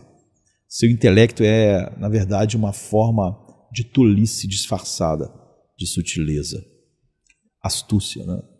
Durante todo o tempo em que Satanás estava tentando Jó, ele mal percebia que, ironicamente, estava servindo aos propósitos de Deus. Isso nos lembra de como muitas vezes a inteligência pode ser usada de forma imprudente, né? Pense por exemplo, no personagem Loki, né, do universo Marvel, meio-irmão de Thor. Ele é o deus da trapaça, sempre tramando e manipulando, mas no final seus planos frequentemente o levam à ruína, porque ele subestima a verdadeira sabedoria dos seus oponentes, especialmente do seu irmão, né, Thor. Então Satanás é como Loki, assim, astuto e manipulador, mas sempre caindo em sua própria armadilha porque não consegue compreender o quadro maior que Deus está desenhando. Nenhuma criatura consegue ver o quadro todo, né? todo o quadro. Então, durante todo o sofrimento de Jó, Deus estava observando e guiando cada movimento. Ele segurava Satanás como um cavaleiro segura um cavalo pelas rédeas, controlando até onde ele poderia ir. Isso nos traz à mente aquela famosa frase do Senhor dos Anéis, né, de J.R. Tolkien: mesmo a pessoa mais pequena pode mudar o curso do futuro. A menor pessoa. E é o que acontece o tempo todo no Senhor dos Anéis, né? Da mesma forma, o poder de Satanás é limitado pelo controle soberano de Deus. O Senhor disse a Satanás: até aqui e não as longe, em Jó 1:12. Então, assim como, para ficar aqui no Senhor dos Anéis, né, assim como Gandalf ao enfrentar o Balrog na ponte de Khazad-dûm, Satanás pode ser poderoso, mas Deus estabelece os limites do mal, igual Gandalf fez ali no meio da ponte. Deus permitiu que Satanás causasse as perdas iniciais de Jó, mas não permitiu que ele tocasse em seu corpo logo no início. Porque talvez isso fosse mais do que Jó poderia suportar naquele momento de perdas e mais a sua saúde. Aqui a gente vê a sabedoria de Deus em saber o limite de nossas provações. Muitas vezes, quando nós estamos fisicamente saudáveis, conseguimos lidar com perdas e sofrimentos de forma mais equilibrada. A gente pode pensar que, por isso Deus não deixou ele tocar nos filhos, nos bens e no corpo dele ao mesmo tempo. Então, quando Jó enfrentou todas aquelas coisas, ele estava saudável. Porque Deus sabe, como eu disse, dosar nossas provações. Muitas vezes, como eu falei, quando estamos fisicamente saudáveis, a gente consegue lidar ainda com perdas e sofrimentos de uma forma mais equilibrada. Jó, nesse estágio, podia suportar o luto e a perda material, porque ele ainda possuía a força física para se manter como alguma coisa sólida, né? Então, se a doença tivesse sido a primeira aprovação e depois que ele tivesse sem saúde, as outras viessem, talvez fosse uma tentação grande demais para Jó suportar. E Deus sabe quanto se pode suportar. Isso me lembra de como certos desafios vêm em ondas e de como a preparação para um problema nos fortalece para o próximo. O filme Rock, o primeiro, de 76, Rock Balboa sofre derrotas físicas e emocionais. Mas a gente pode ver que é exatamente por essas pequenas derrotas que ele é moldado para enfrentar a batalha final no ringue. Da mesma forma, Deus vai moldando Jó com cada aprovação, tornando-o mais forte para que ainda está por vir, como, por exemplo, a perda final da sua saúde. Então, quando Jó finalmente declarou, o Senhor deu e o Senhor tirou, Jó 1:21, a primeira aprovação já havia perdido todo o seu aguilhão. Ao aceitar sua situação e louvar a Deus, Jó enterrou aquele primeiro inimigo. E suas palavras serviram como o oratório fúnebre para o que Satanás acreditava ser sua vitória. Essa é a verdadeira força de caráter, a capacidade de dizer, bendito seja o nome do Senhor. Então, mesmo em meio à devastação, como ele estava vivendo. Quando a segunda aprovação chegou, a aflição física, Jó já estava qualificado para enfrentá-la. Interessante notar que perder a saúde, após já ter perdido tudo, pode ser menos devastador do que se ele ainda tivesse tudo para desfrutar e não tivesse mais saúde. Talvez, se ele ainda possuísse riquezas e servos e filhos, a doença fosse um golpe duplamente pesado. Isso nos lembra de como as circunstâncias influenciam nossa capacidade de suportar a dor. Imagine um rei perdendo sua saúde enquanto ainda vive em seu palácio de ouro. Para ele ver todo o esplendor ao seu redor e saber que não pode mais desfrutar disso, tornaria sua aflição muito mais amarga. Como o rei Midas na mitologia grega, que após receber o toque dourado, tudo que ele tocava virava ouro, percebe que a riqueza sem a capacidade de desfrutar as coisas simples, como a comida ou a companhia dos seus filhos, porque tudo que ele tocava virava ouro, é uma maldição e não uma bênção. Então Jó já havia perdido seus campos, seus servos, seus filhos. Ele quase podia se alegrar por não ter mais nada para ver ou desejar, porque na sua condição isso seria terrível. Talvez até a sua esposa, que havia sido poupada, fosse uma aprovação em si, com suas palavras duras e desanimadoras. É como se Jó, ao perder tudo, também tivesse sido libertado das preocupações terrenas. Então, a segunda aprovação veio, mas não encontrou a mesma resistência. Jó já estava quebrantado e, paradoxalmente, isso o tornava mais forte. É uma coisa paradoxal, Isso é semelhante à ideia de que, quando perdemos o controle sobre algo, muitas vezes encontramos uma liberdade inesperada. Pense no filme Náufrago, de 2000, em que Chuck Noland, interpretado por Tom Hanks, ele perde tudo quando seu avião cai em uma ilha deserta, remota. Ele não tem mais controle sobre sua vida, seus horários, sua carreira, e ao longo de sua jornada percebe que essa perda de controle também traz uma certa clareza e libertação. No final, foi a consideração de Deus que superou a consideração de Satanás. Foi o olhar fixo de Deus que superou o outro olhar. O Senhor, que pesa as montanhas em balanças, como a Bíblia diz, mediu cada infortúnio do seu servo amado Jó, com uma precisão divina e na ordem que ele daria força para suportar. Então ele sabia até onde deixar Satanás ir, para que cada aprovação fosse uma preparação para a próxima tentação. Deus nunca permite que sejamos tentados além do que podemos suportar, o que Paulo diz em 1 Coríntios 10:13. E Jó é a prova viva de como as provações, quando guiadas pela mão de Deus, nos tornam mais fortes, mais sábios e mais dependentes da graça divina. Depois que Satanás considerou Jó, não teria o Senhor Deus também considerado como sustentaria seus servos sob provação? É o que a gente vê, sim. Então pensem, queridos, nisso. Enquanto Satanás jogava baldes de água fria sobre o fogo da graça de Jó, Deus, em sua sabedoria, derramava o óleo secreto da sua força para manter esse fogo aceso, mesmo com toda aquela água. O Senhor deve ter dito a si mesmo: se Satanás fizer muito, eu farei muito mais. Se ele tirar muito, eu darei em dobro. Se ele tentar induzir Jó a amaldiçoar, eu encherei seu coração de tal amor por mim que ele me bendirá ainda mais. Eu ajudarei, eu sustentarei, sim, eu o manterei firme com a minha destra fiel, como ele prometeu a nós. Isso lembra a história do Cavaleiro das Trevas, não é? 2008, na trilogia do Batman, onde o Coringa tenta, de todas as maneiras, destruir a moral e o caráter do Batman, mas a cada ataque o herói se fortalece e demonstra uma resiliência que o vilão não previa. Assim como o Coringa é surpreendido pela força interior de Bruce Wayne, né? Satanás é pego de surpresa pela inabalável fé de Jó. Essa fé que é um dom de Deus, um dom para os eleitos de Deus, que é sustentada pelo próprio Deus. Então, tome essas duas reflexões e coloque-as sob a sua língua, como uma hóstia, eu diria, feita com mel, né? Você nunca será tentado sem a expressa permissão do trono onde Jesus intercede por você.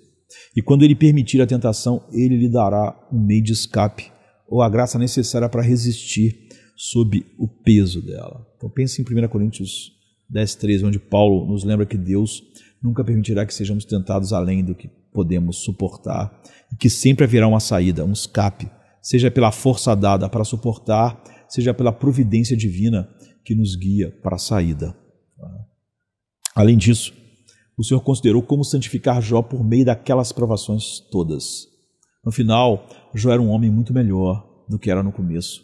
Ele antes conhecia de ouvir falar, mas agora os olhos dele viam Deus. Ele era um homem íntegro e reto no início, mas havia uma semente de orgulho nele.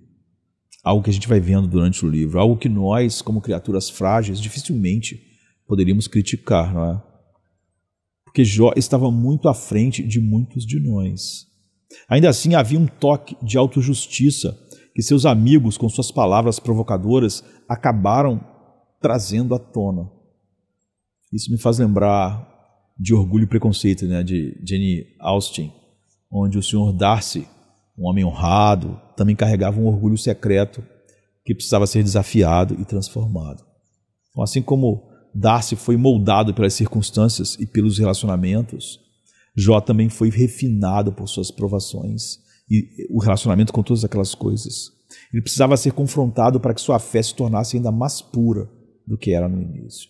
Então os amigos de Jó, como Elifaz e Zofar, disseram coisas tão irritantes que ele não pôde deixar de responder em termos fortes.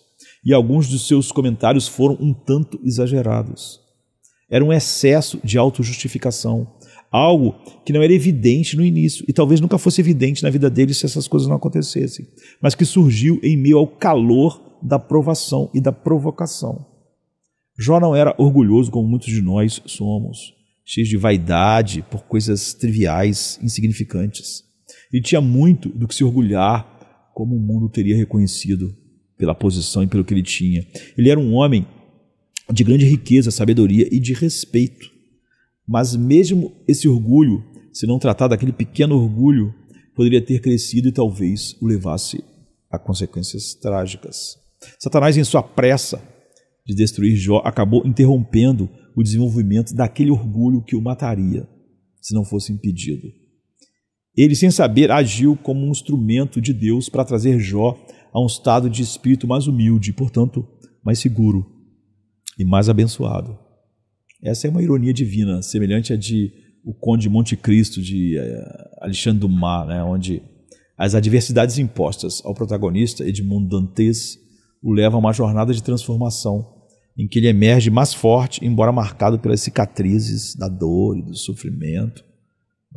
Além disso, a gente pode notar como Satanás, sem perceber, foi um lacaio do Todo-Poderoso. Durante todo o tempo, já estava sendo preparado para uma recompensa maior. Sua prosperidade anterior não era suficiente para Deus, que amava Jó tanto que pretendia dar-lhe o dobro de sua propriedade no mundo e dar a ele o que a gente sabe, a imagem do seu filho. Então Deus queria dar-lhe seus filhos de volta e torná-lo ainda mais famoso, um homem cujo nome ecoaria não na época dele, mas através das gerações, como eu e você estamos falando dele hoje, só por causa daquelas coisas. Pense nisso. Quem faria isso acontecer? Quem seria o responsável por transformar o nome de Jó em um sinônimo de paciência e resistência para todo sempre? Satanás, o diabo, trabalhou arduamente para tornar Jó ainda mais conhecido, mesmo que essa não fosse a intenção dele. Como no caso de Harry Potter, por exemplo, e a pedra filosofal, onde Voldemort, ao tentar destruir Harry, na verdade o torna ainda mais e cada vez mais lendário. Satanás, tolo, trabalhou como um ferreiro martelando o metal que se tornaria o pedestal sobre o qual Deus colocaria seu servo Jó, para que ele fosse admirado por todas as eras, como é. Então, o diabo, em seu esforço para humilhar Jó, acabou criando a plataforma para que a história da sua paciência e fidelidade fosse celebrada por todos os tempos e trouxesse ainda mais derrota ao reino do inimigo durante todas as eras, ao ser usada por Deus como sua palavra, para nos santificar. Então, é como se Satanás tivesse construído a trombeta pela qual o nome de Jó seria soprado aos quatro ventos da história.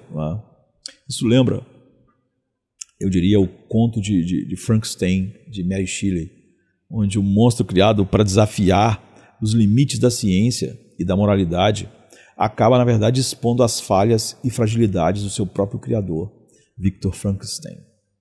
As aflições de Jó, sua paciência tem sido uma bênção duradoura para a Igreja de Deus. Quantos santos, ao longo dos séculos, foram consolados em meio ao sofrimento ao lerem a história de Jó? Quantos foram salvos das garras do leão e da pata do urso, a gente podia dizer, metaforicamente falando, pela experiência do patriarca de Uz? Sua vida se tornou uma fonte inesgotável de esperança para aqueles que enfrentam suas próprias tempestades. E lembremos de que o arquidemônio, Satanás, foi pego em sua própria armadilha. Ele jogou uma pedra que caiu em sua própria cabeça. Ele preparou uma armadilha para Jó, mas ele que caiu nela. Ele é o epítome do tolo, preso em sua própria sutileza. Como o provérbio diz, aquele que cava uma cova cairá nela. Provérbios 26, 27. Então, Deus, com sua sabedoria infinita, fez tolos dos sábios e expôs a loucura dos adivinhos. A história de Jó é uma prova viva de que os planos de Satanás nunca prevalecem contra os planos de Deus. Então, queridos, a gente deve se entregar nossas vidas, a gente deve entregar nossas vidas com fé ao cuidado e à guarda de Deus. Que venha a pobreza, que venha a doença, que venha até mesmo a morte. Seremos em todas essas coisas mais do que vencedores através de Cristo, nosso Salvador, pelo poder do seu Espírito. Nós vamos superar no final, como Paulo nos lembra em Romanos 8, 37. Mas em todas essas coisas somos mais que vencedores por meio daquele que nos amou. E eu encorajaria todos nós a confiar em Cristo. Que aqueles que ainda não confiaram nele comecem agora e que o Senhor receba todo o louvor em cada um de nós para todo sempre. Que todo louvor se direcione à graça infinita dele. Então, assim como Jó, nós podemos passar por provações, mas a recompensa em Cristo será infinitamente maior. E ao final nós estaremos de pé, testemunhando a bondade e a fidelidade de Deus, com nossos olhos fixos no autor e consumador da nossa salvação, o autor e consumador da nossa fé. Porque o Deus de Jó é o nosso Deus. Então, nós triunfaremos, não por nós, mas pelo autor da nossa fé. Que Deus nos dê a sua paz e que a gente possa pensar mais profundamente nesse amontoado de ideias que foram despejadas sobre nós aqui, ao olharmos um único versículo de Satanás fixando seus olhos em Jó. Que a paz de Deus, que excede todo entendimento, guarde nossos corações e nossas mentes em Cristo Jesus. Amém. É sexta-feira chega trazendo a noite seu manto.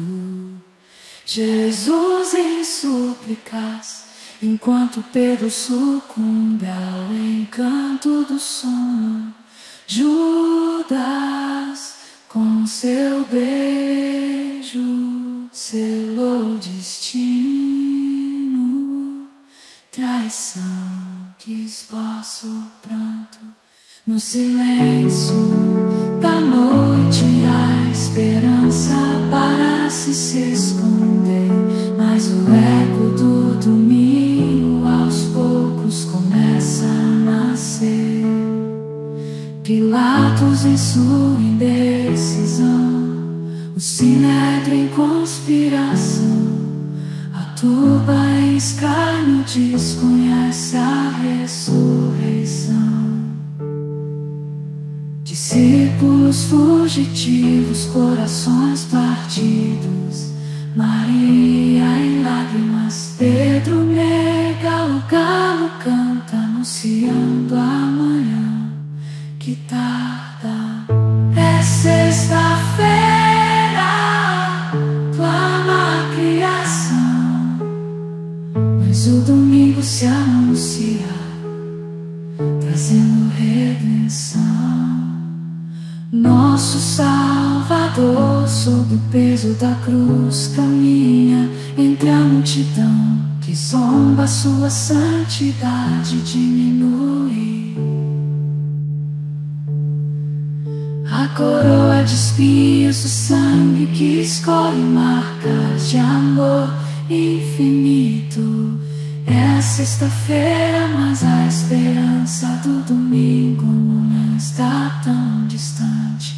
Elevado na cruz, entre criminosos a dor se faz presente. O véu se rasga, a terra treme, o céu escurece, um silêncio envolvente. A pedra colocada, os guardas se postam, a vigília começa, mas a promessa do domingo no coração ainda aquece. É sexta-feira, mas não é o fim. Domingo vem aí com vitória sem fim. A escuridão parece reinar, a morte sorri, certa de sua vitória. É sexta-feira, mas a história ainda não contou, só a glória. O pecado julga ter vencido, a esperança parece falhar, mas a luz do domingo já começa a brilhar. O túmulo agora vazio, a pedra removida, Jesus ressuscitou, trazendo vida. Manhã de domingo, brilha a esperança restaurada. A morte foi vencida, a redenção proclamada. É sexta-feira, mas a alegria vem com o amanhecer. Domingo já chegou, ensinando-nos a renascer. Nosso Salvador, sob o peso da cruz, caminha entre a multidão que zomba, sua santidade diminui.